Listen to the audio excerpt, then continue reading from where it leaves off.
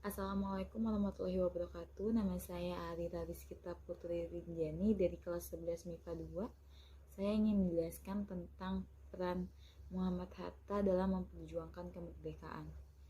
Yang pertama, saya akan menjelaskan tentang biografinya terlebih dahulu. Dr. Andes Haji Muhammad Hatta atau populer sebagai Bung Hatta lahir dengan nama Muhammad Attar di Fort de Kock, Hindia Belanda. Ia lahir pada tanggal 12 Agustus tahun 1902 dan meninggal di Jakarta pada tanggal 14 Maret tahun 1980 pada umur 77 tahun. Adalah negarawan dan ekonomi Indonesia yang menjabat sebagai Wakil Presiden Indonesia pertama. Ia bersama Soekarno memainkan peranan sentral dalam perjuangan kemerdekaan Indonesia dari penjajahan Belanda sekaligus memproklamirkannya pada tanggal 17 Agustus 1945. Ia pernah menjabat sebagai Perdana Menteri dalam Kabinet Hatta I, Hatta II, dan RIS. Pada tahun 1956, ia mundur dari jabatan Wakil Presiden karena berselisih dengan Presiden Soekarno. Hatta dikenal akan komitmennya pada demokrasi. Ia mengeluarkan Maklumat X yang menjadi tonggak awal demokrasi Indonesia. Di bidang ekonomi, pemikiran dan sumbangsihnya terhadap perkembangan koperasi membuat ia dijuluki sebagai Bapak Koperasi. Hatta meninggal pada 1980 dan jenazahnya dimakamkan di Tanah Kusir, Jakarta. Pemerintah Indonesia menetapkannya sebagai salah seorang pahlawan nasional Indonesia pada tanggal 23 Oktober tahun 1986 melalui Kepres nomor 081 TK tahun 1986. Namanya bersanding dengan Soekarno sebagai Dwi Tunggal dan disematkan pada Bandar Udara Soekarno-Hatta. Di Belanda namanya diabadikan sebagai nama jalan di kawasan perumahan Zuiderpolder, Haarlem. Pendidikan Muhammad Hatta. Muhammad Hatta pertama kali mengenyam pendidikan formal di sekolah swasta. Setelah 6 bulan ia pindah ke sekolah rakyat dan sekelas dengan Rafiah, kakaknya.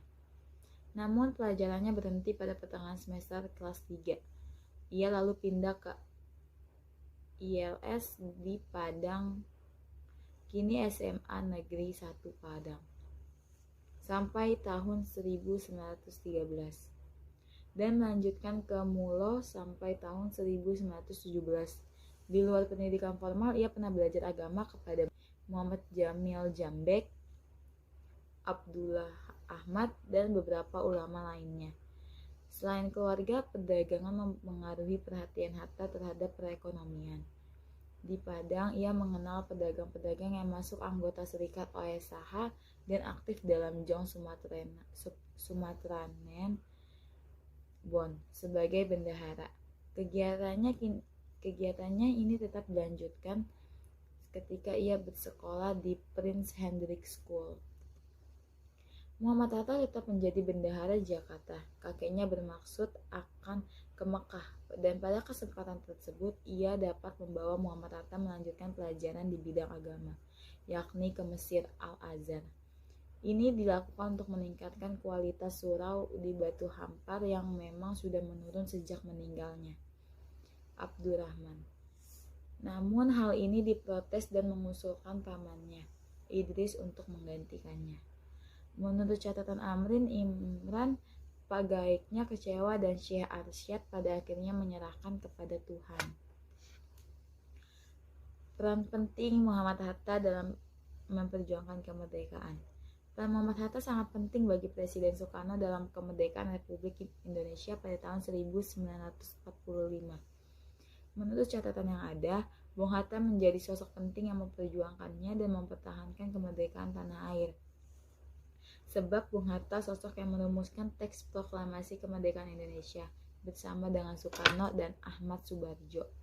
Jadi tak heran tanpa jasa Bung Hatta, Indonesia tak akan bisa menjadi negara yang merdeka seperti saat ini. Pria berdarah Minang ini turut menyumbang kalimat pertama untuk teks proklamasi. Selain merumuskan naskah, Bung Hatta juga menandatangani teks proklamasi bersama Bung Karno. Dalam upacara proklamasi, Bung Hatta dengan pakaian serba putih turut mendampingi Soekarno dalam upacara proklamasi.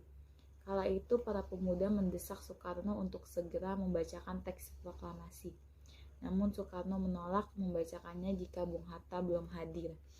5 menit sebelum upacara, Bung Hatta akhirnya hadir dan mengikuti upacara.